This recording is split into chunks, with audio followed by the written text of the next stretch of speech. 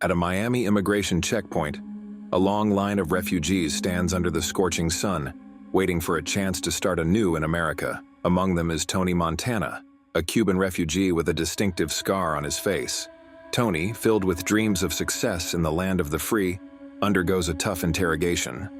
However, due to his violent demeanor and a misunderstanding, he is labeled an illegal immigrant and sent to a crowded refugee camp. At the camp, Tony reconnects with Manny, an old friend. Manny reveals a risky plan to secure their green cards. They must kill a political enemy from Cuba, who is also confined in the camp. Driven by ambition, Tony agrees. During a staged riot, Tony carries out the assassination, earning their release and green cards. Free at last, Tony and Manny start at the bottom, washing dishes in a food truck. Frustrated by this menial job, Tony tells Manny this isn't the American dream he envisioned. Manny introduces Tony to Omar Suarez, a mid-level drug dealer who offers him work. Tony's hunger for success pushes him to request a high-stakes assignment. Omar sends Tony and his crew to handle a cocaine deal with Colombian smugglers.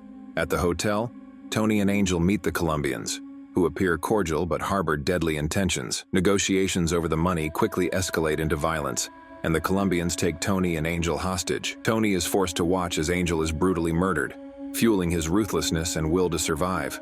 Sensing trouble, Manny and Chichi storm the hotel just in time, rescuing Tony and eliminating the Colombians. As one tries to escape, Tony hunts him down and kills him in the street. Despite the harrowing ordeal, they secure both the cocaine and the cash. This victory, however, causes tension between Tony and Omar, who wants credit for the deal's success. Undeterred, Tony bypasses Omar and delivers the goods directly to Frank Lopez, Omar's boss, and a powerful drug lord in Miami. Frank, impressed by Tony's daring and ambition, welcomes him with a celebratory toast at his opulent mansion, a testament to the wealth the drug trade can bring. During the celebration, Tony notices Elvira, Frank's beautiful wife, and is immediately captivated, though he knows pursuing her is dangerous. As Tony rises in Miami's drug scene, he visits his mother and sister Gina at their modest home. Wearing a sharp suit that reflects his new lifestyle, he tries to reassure his family of his success and legitimacy. While Gina is excited to see him doing well, their mother sees through his facade and refuses his money, unwilling to condone his criminal activities. She orders Tony to stay away from them, especially Gina. Outside, Manny, waiting for Tony, notices Gina and is instantly drawn to her.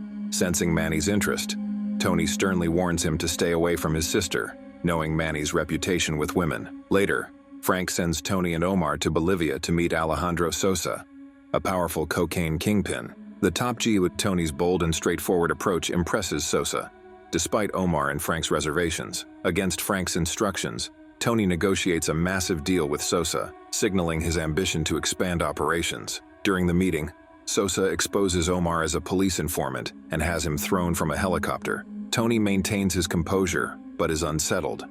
Sosa warns Tony never to betray him, solidifying their alliance. Back in Miami, Tony's growing confidence strains his relationship with Frank. Furious over Omar's death and Tony's unauthorized dealings with Sosa, Frank resists expanding their operation, citing financial and territorial risks. Tony dismisses Frank's cautious approach, insisting he's willing to eliminate any competitors who stand in the way. Alarmed by Tony's recklessness, Frank realizes he's losing control over him. Their conversation ends with Frank advising Tony to scale back his ambitions. But Tony ignores him, showing a clear lack of respect. Recognizing Tony as a threat, Frank contacts Mel Bernstein, a corrupt cop on his payroll, to tighten the noose around Tony. Meanwhile, Tony heads to a nightclub with Manny and is shocked to find Gina dancing provocatively with another man. As Tony broods, Bernstein approaches him, revealing knowledge of a botched drug deal with the Colombians and demanding payment for police protection. Distracted, Tony notices Gina heading to the bathroom with her dance partner. Ignoring Bernstein, Tony storms after her, violently beating the man and berating Gina. Feeling stifled by Tony's overprotectiveness, Gina storms out of the club, with Manny following to ensure she gets home safely. Back at the club, as Tony tries to calm down, two hitmen open fire on him with machine guns, causing chaos. Despite being wounded, Tony retaliates from beneath a table, killing the attackers before fleeing the scene. Later, after dropping Gina off, she questions Manny about why he hasn't asked her out. Frustrated, Manny explains that his loyalty to Tony prevents him from pursuing her. despite his feelings. Later that night, Tony calls Manny and demands they meet immediately. Realizing the urgency, Manny quickly gets dressed and prepares to leave. Tony, still recovering from the wounds sustained during the assassination attempt, gathers Manny and Chi-Chi to confront Frank. Suspecting him of orchestrating the attack, they devise a plan. At exactly 3 a.m., one of their allies will call Frank, posing as a surviving hitman to inform him that the assassination failed. This will test Frank's reaction. Arriving at Frank's office, they find Mel Bernstein, the corrupt cop, sitting there confidently, which only strengthens Tony's suspicions. Frank feigns surprise when Tony accuses him of the hit, claiming he had no part in it, and vowing revenge against those responsible. But Tony isn't fooled by Frank's performance. Positioned dominantly at the head of the table, Tony watches as Frank grows visibly uneasy. At 3 a.m., Frank's phone rings and he answers it. His response, laced with implicit understanding, confirms his involvement in the assassination attempt. Without hesitation, Manny shoots Frank dead. Their attention then shifts to Bernstein, who arrogantly believes his position as a cop makes him untouchable. Pleading innocence regarding the assassination attempt, Bernstein tries to talk his way out. However, Tony sees through his act and shoots him as well.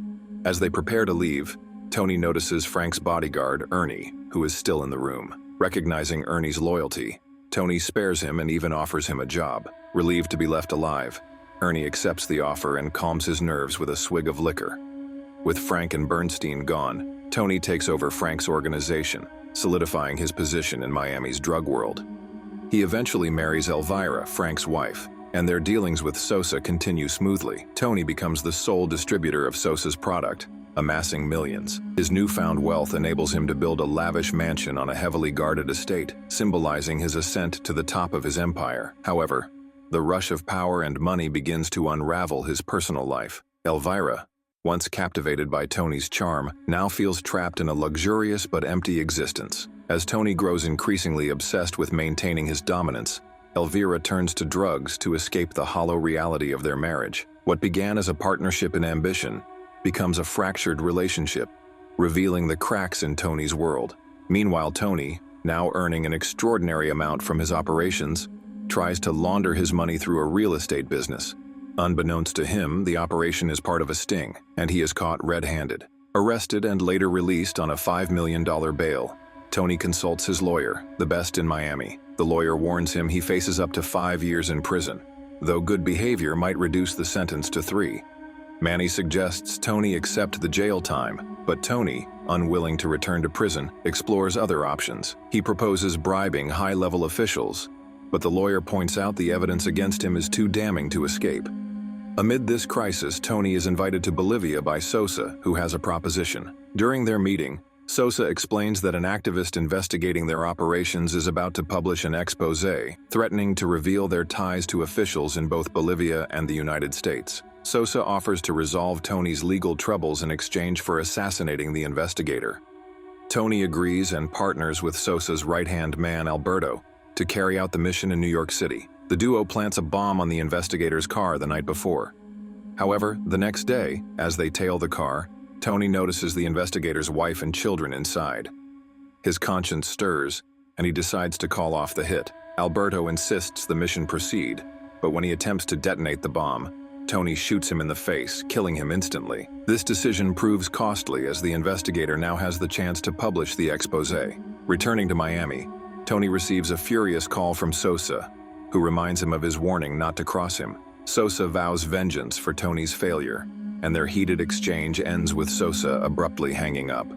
Fully aware of Sosa's connections and power, Tony realizes his empire is now under siege.